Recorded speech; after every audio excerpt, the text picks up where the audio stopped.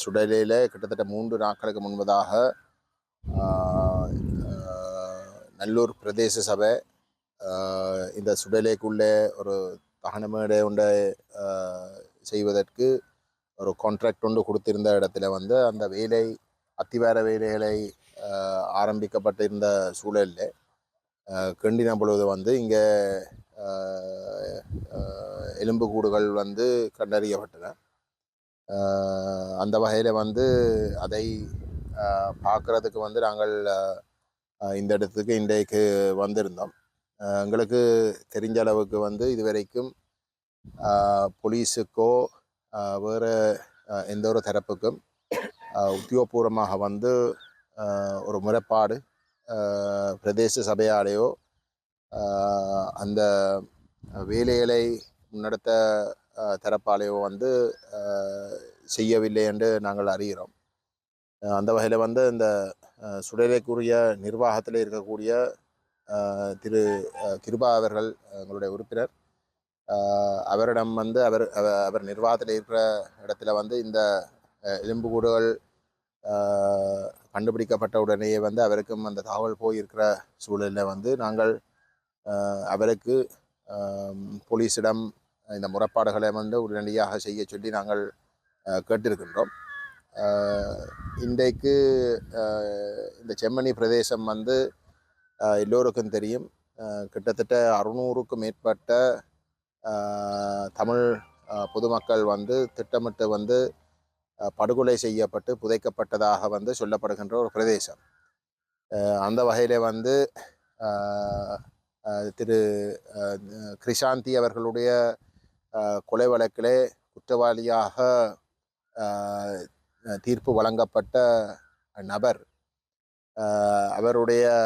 அவர் குற்றவாளியாக வந்து நீதிமன்றம் அறிமுகப்படுத்த அவர் செய்த ஒரு பேச்சிலே இந்த விடயங்கள் இந்த செம்மணி புதைக்குழிகள் வந்து அம்பலப்படுத்தப்பட்ட அந்த அடிப்படையில் வந்து கிட்டத்தட்ட 10 ஸ்தானங்கள் அவர் அறிமுகப்படுத்தியும் ரெண்டு இடங்களில் மட்டும்தான் எலும்புக்கூடுகள் தேடப்பட்ட வேண்டாம். மற்ற இடங்களில் இருந்து கணிசமான மாற்றங்களை செய்திருக்கிறதாக சந்தேகங்கள் இருக்கின்ற ஒரு சூழலிலே தான் அதே சுற்றுலா பகுதியிலே இருக்கக்கூடிய இந்த சுடலையிலே இந்த எலும்புக்கூடுகள் இன்றைக்கு கண்டறியப்பட்டிருக்கின்றன.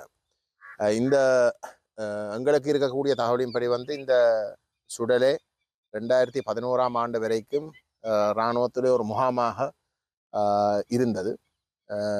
அப்படிப்பட்ட ஒரு நிலையிலே வந்து உத்தியோகபூர்வமாக இறந்தவர்கள் தாக்கப்பட்டிருக்கிறதாக இருந்தால் அது இந்த தானமேடைக்கு அங்கால் பிரதேசத்தில் தான் உத்தியோகபூர்வமாக வந்து தாக்கப்பட்டிருக்கின்றது. அதே போன்று வேறு எந்த ஒரு இடத்திலையும் வந்து உத்தியோகபூர்வமாக கிட்டத்தட்ட 1970ஆம் ஆண்டில் இருந்து இருக்கக்கூடிய ஆவணங்களின் பிரகாரம் வந்து இந்த சுடலையிலே எவரும் தாட்டப்பட இல்லை.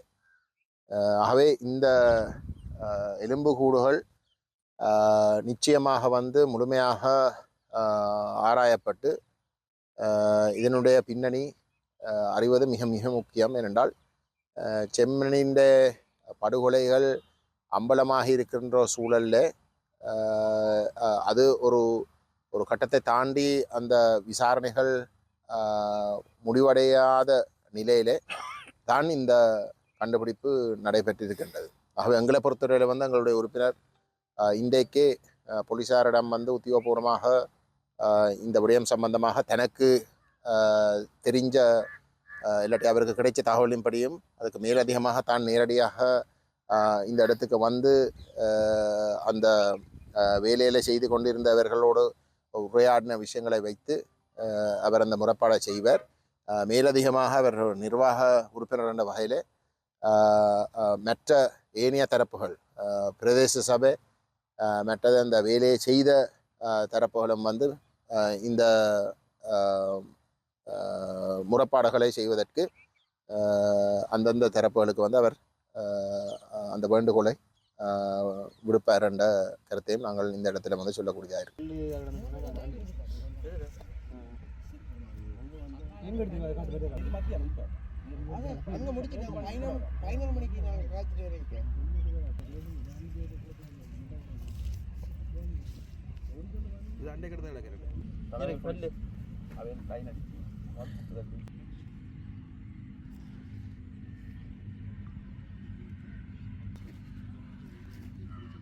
நாங்க தடவியதுக்கு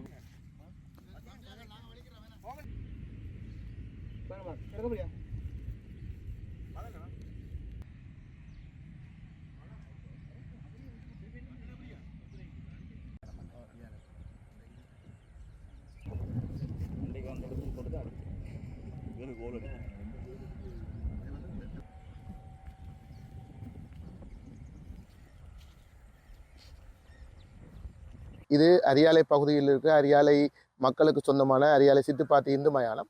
இந்த இந்து மயானமானது புதிய தகன மேடை அமைப்பதற்காக நல்லூர் பிரதேச சபையுடன் செய்து கொள்ளப்பட்ட 5 மில்லியன் ரூபா ஒப்பந்தத்தின் அடிப்படையில் இதில் அவர்கள் ஒப்பந்த வேலை செய்வதற்காக பிரதேச சபை எங்களுடைய நிர்வாகத்தினால் அனுமதி அளிக்கப்பட்டு கடிதம் வழங்கப்பட்டு அதன் அடிப்படையில் பிரதேச சபை இதை டெண்டர் ஹோல்ட் பண்ணி அதன் அடிப்படையிலே வேலை திட்டம் ஆரம்பிக்கப்பட்ட நிலைமையிலே அந்த வேலை திட்டத்துக்கான ஆரம்ப அத்திவாரம் போடுகின்ற பணிகளுக்காக இதில் கிடங்குகின்ற போது பல மனித எச்சங்கள் காணப்படுகின்றன.